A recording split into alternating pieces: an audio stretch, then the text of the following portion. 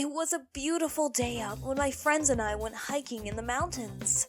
That was the day I had my accident. My name is Maya, and I love the outdoors. My boyfriend and I decided to hike up the mountains, and we invited a bunch of our friends along with us for company. Like I said, it was beautiful out, and perfect weather for hiking. When we were near the top of the hill, I stopped to look at the view and take in the nature around us. Suddenly, something bumped into me, and I began to lose my footing. I tried to grab onto something, but it was too late. I went tumbling down the steep hill, bashing against rocks until finally, I hit my head against a tree, and my world went black. Everything was black, and I was in a world of pain. That's all I remember. What I didn't know then was that I was in a coma after falling down the hill. Although I couldn't see anything or move, I could still hear and remember everything that happened while I lay there. The first familiar person I remember hearing was my parents. They were upset and sad as the doctor told them it would be a long time before I ever woke up. I was horrified and scared. What would happen to me now? But my father was very clear that they would not leave me, even when I'm like this. Even though I couldn't see him, I knew he still loved me. My friends and family would still be there for me when I woke up.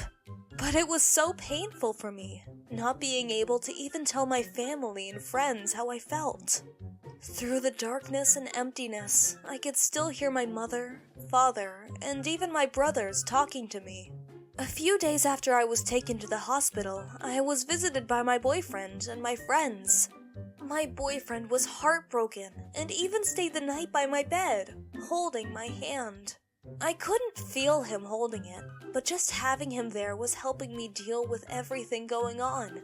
He told me how much he loved me and that I should heal as fast as I can. It was tough being in a coma.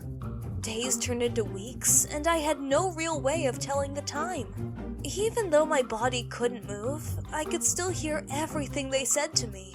Whenever my parents visited, they would tell me what was going on in their lives and try to talk to me cheerfully and about happy things. My boyfriend did the same, telling me about his work and everything I was missing while I was in my coma. Aside from my family and my boyfriend, a lot of my friends came to visit too. The ones I took hiking all came as a group. I could hear them all crying and wishing they could have done something to stop my fall. I wanted to give them all a big hug and tell them that no matter what, it wasn't their fault. My best friend, Tamika, was among them. She was the worst of all, telling everyone how much she missed me and how she only wished she could tell me how much I meant to her.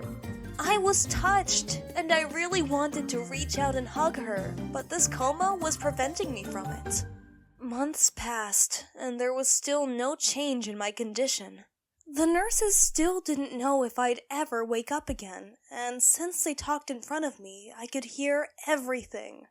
They were telling my parents that they recommended taking me to a specialist, but my parents responded that they didn't have the money for it.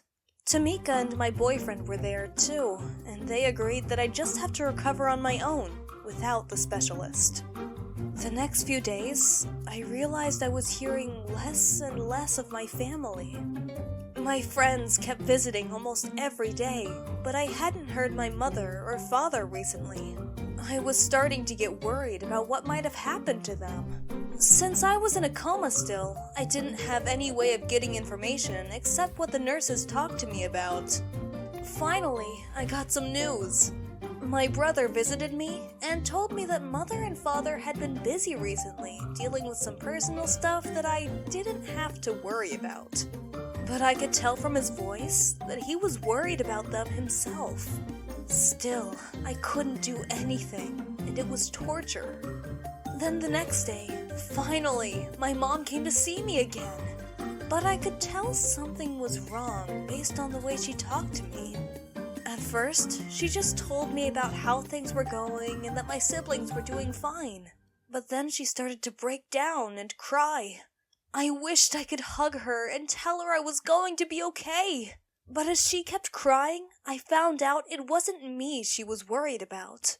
When my brother came to visit, it was just after my mom and dad went to the doctor for a different reason. He dropped the bombshell on me. My dad was diagnosed with cancer, and it was spreading fast. They only gave him a few more months to live. That's when I knew I didn't have time to waste lying around. I tried and tried as hard as I could, trying to force my body to sit up, and finally, I actually did it! I couldn't believe it, but somehow I was able to sit up.